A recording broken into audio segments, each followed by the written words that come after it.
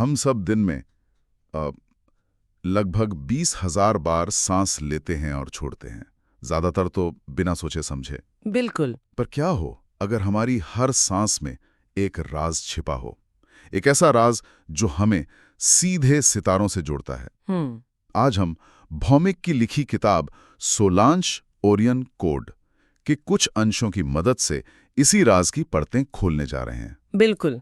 और ये स्रोत हमारी सबसे सामान्य क्रिया यानी श्वास को एक बहुत ही असाधारण नजरिए से देखता है। हाँ, ये इसे सिर्फ जिंदा रहने का एक जरिया नहीं मानता, बल्कि ब्रह्मांड के साथ संवाद करने का एक कोड मानता है। और यही आज की हमारी खोज का विषय है। हम ये समझने की कोशिश करेंगे कि ये किताब श्वास, नक्षत्रों और एक बहुत ही रहस्यमयी त्रिशूल की अवधारणा के बीच क्या कनेक्शन बनाती है। जी। तो चलिए इस विचार की गहराई में उतरते हैं। स्रोत कहता है, मनुष्य पहले ब्रह्मांड को श्वास लेता है, फिर संसार को समझता है। इसे श्वास का ब्रह्मांडीय सूत्र या कॉस्मिक इक्वेशन ऑफ ब्रेथ कहा गया है। ये सुनने में बहुत बड़ा लगता है। इसका असल में मतलब क्या है? देखिए, ये एक बहुत ही दिलचस्प विचार है जो विज्ञान और अध्यात्म दोनों से कह सकते हैं कि एक कदम आगे जाता है। अच्छा। इसके अनुसार श्वास सिर्फ ऑक्सीजन और प्राण का लेन देन नहीं है, ये तीन चीजों का एक जटिल मिश्रण है। पहला है संवेदन, सेंसेशन, यानी जो हम शारीरिक रूप से महसूस करते हैं। ठीक है, संवेदन तो समझ आता है, जैसे हवा का ठंडा या गर्म लगना, फेफड़ों का फैलना, ये तो सीधा साधा है। लेकिन इसके बाकी दो हिस्से ज्यादा गहरे लगते हैं। बिल्कुल। दूसरा हिस्सा है कंपन, वाइब्रेशन। हर सांस हमारे शरीर में एक बहुत सूक्ष्म तरंग पैदा करती है। ये सिर्फ दिल की धड़कन या नाड़ी की गति नहीं है, बल्कि एक सेल्यूलर स्तर का कंपन है। और तीसरा, जो इस पूरी अवधारणा का केंद्र है, वो है ब्रह्मांडीय आवृत्ति का एकीकरण। ब्रह्मांडीय आवृत्ति का एकीकरण? हाँ, किताब में इसे फ्रीक्वेंसी इंटीग्रेशन कहा गया है। एक मिनट, फ्रीक्वेंसी इंटीग्रेशन, इसका मतलब क्या हुआ? क्या हम किसी रेडियो की तरह ब्रह्मांड की फ्रीक्वेंसी पकड़ रहे हैं? आप बिल्कुल सही समझे। एक तरह से वही बात है। इस सिद्धांत के अनुसार हर सांस के साथ हम सिर्फ हवा नहीं, बल्कि पृथ्वी का गुरुत्वाकर्षण, सूर्य की प्रकाश तरंगें, चंद्रमा का प्रभाव, अच्छा, और यहाँ तक कि 108 नक्षत्रों से आने वाली सूक्ष्म रेडिएशन को भी अपने अंदर लेते हैं। वाह! इसीलिए स्रोत हमारी हर सांस को एक यूनिवर्सल डेटा पैकेट कहता है। हर सांस अंदर लेना मतलब डेटा इन, और बाहर छोड़ना मतलब data out. Universal data packet मतलब हमारा रेस्पिरेटरी सिस्टम एक तरह का बायोलॉजिकल डाउनलोड मैनेजर है, जो लगातार कॉस्मिक डेटा डाउनलोड कर रहा है। बिल्कुल, ये तो सोच को पूरी तरह बदल देने वाली बात है। और यहीं पर 108 का आंकड़ा फिर से सामने आता है, जो भारतीय दर्शन में बहुत महत्वपूर्ण है। जी। स्रोत 108 तरह की प्राण लहरियों की बात करता है। ये आती कहां से है? हाँ, ये 108 की संख्या इस कोड का आधार है। इसके अनुसार ये 108 प्राण लहरियां 108 नक्षत्रीय स्रोतों से आती हैं। ओके। और इन्हें ऊर्जा के 4 अलग-अलग स्तरों में बांटा गया है। 27 प्रधान प्राण लहरियां, 27 उपप्राण, 27 सूक्ष्म प्रवाह और 27 शून्य तरंग। रुकिए, बाकी तीन तो समझ में आते हैं, लेकिन ये शून्य तरंग या जीरो फील्ड फ्रीक्वेंसी क्या है? ये सुनने में तो किसी साइंस फिक्शन फिल्म के कॉन्सेप्ट जैसा लगता है। क्या ये खालीपन है या किसी तरह की छिपी हुई ऊर्जा? ये एक बहुत अच्छा सवाल है। इसे ऐसे समझ सकते हैं जैसे रेडियो में एक कैरियर वेव होती है, एक खामोश फ्रीक्वेंसी जिस पर गाना या जानकारी भेजी जाती है। ठीक है। शून्य तरंग उसी तरह की एक आधारभूत खाली फ्रीक्वेंसी है, जो बाकी सभी प्राण लहरियों को हम तक पहुंचाने का माध्यम बनती है। ये खालीपन नहीं, बल्कि संभावनाओं से भरा हुआ क्षेत्र है। अच्छा, तो ये एक तरह का कॉस्मिक ब्रॉडबैंड चैनल है। तो मतलब हम अनजाने में इन सभी 108 सिग्नल्स को लगातार रिसीव कर रहे हैं? जी बिल्कुल।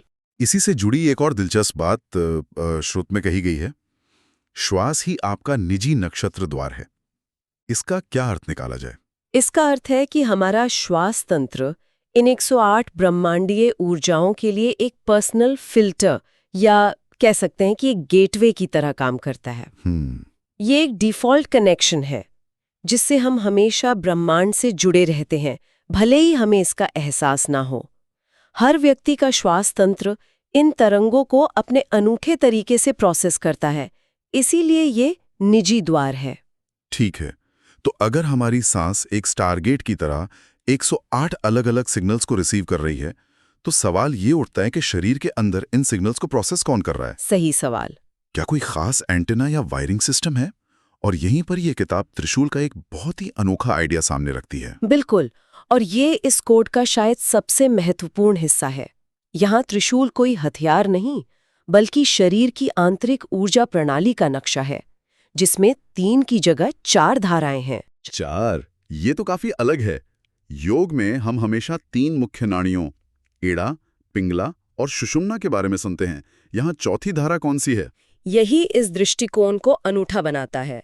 पहली 3 धाराएं वैसी ही हैं, दायां प्राणपट जिसे सूर्य या तर्क मतलब लॉजिक से जोड़ा गया है। ठीक है। दूसरी है बायां प्राणपट जो चंद्र या अंतर्ज्ञान इंट्यूशन से जुड़ी है, और तीसरी है मध्य प्राणपट जो अग्नि या जागरूकता अवेयरनेस का प्रतीक है। और चौथी? लेकिन चौथी और सबसे महत्वपूर्ण धारा है आधार स्तंभ, यानी हमारी रीढ़ की हड्डी, सुषुम्ना एक्सिस। इसे कॉस्मिक एंटीना माना गया है जो इन सभी ऊर्जाओं को पकड़ता है और स्थिर करता है। मतलब ईड़ा और पिंगला के साथ सुषुम्ना को एक चैनल के बजाय पूरे एंटीना सिस्टम का आधार माना गया है। बिल्कुल। और ये सिस्टम नक्षत्रों की ऊर्जा से सीधे कैसे जुड़ता है? स्रोत में दाहिनी और बाईं सांसों को 54 नक्षत्र तरंगों से जोड़ा गया है। कनेक्शन यहीं पर बनता है।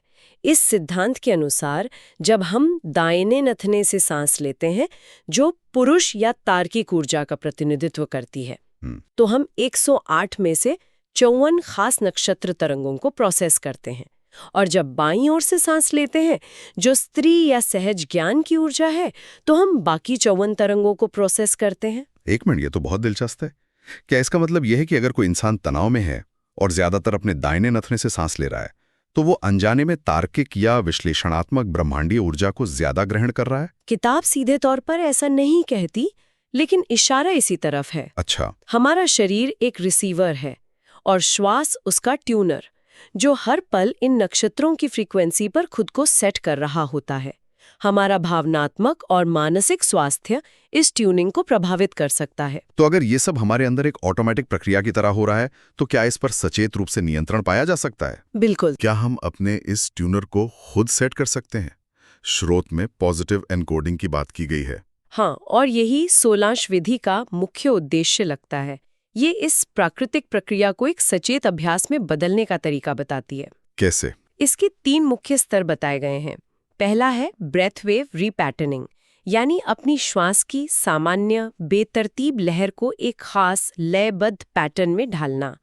ब्रेथ वेव रीपैटर्निंग, ये सुनने में जटिल लगता है। इसका अभ्यास कैसा महसूस होता होगा? क्या ये सिर्फ सांस को धीमा करने जैसा है? ये उससे कहीं ज्यादा है।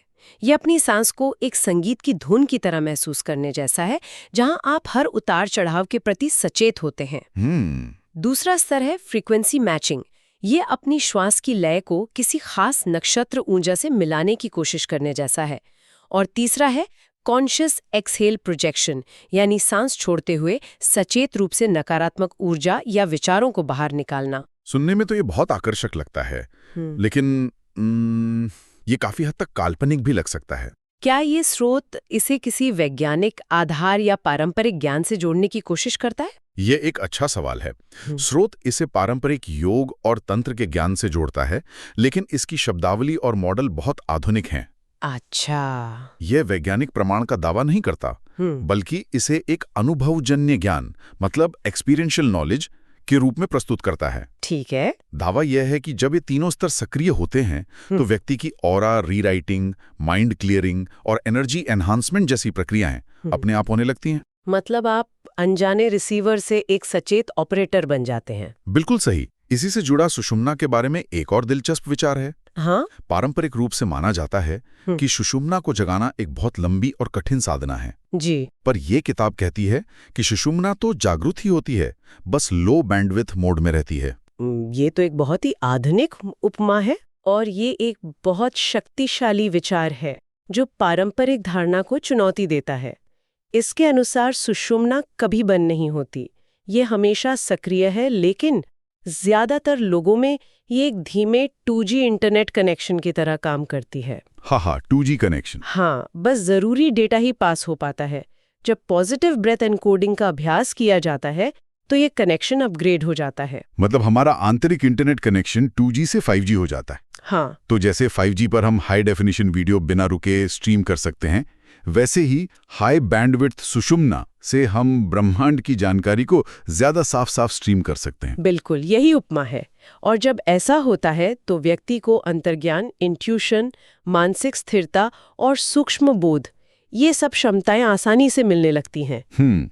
ये क्षमताएं पहले से ही सिस्टम में मौजूद थी, बस उन तक पहुंचने के लिए बैंडविड्थ नहीं थी। तो क्या इस पूरी प्रक्रिया का कोई ढांचा या एक तरह का रोड मैप बताया गया है? हाँ, स्रोत में 12 स्तरीय श्वास पद्धति का जिक्र है, जिसे कोर कॉस्मिक ब्रेथ एल्गोरिथम कहा गया है। 12 स्तर? जी।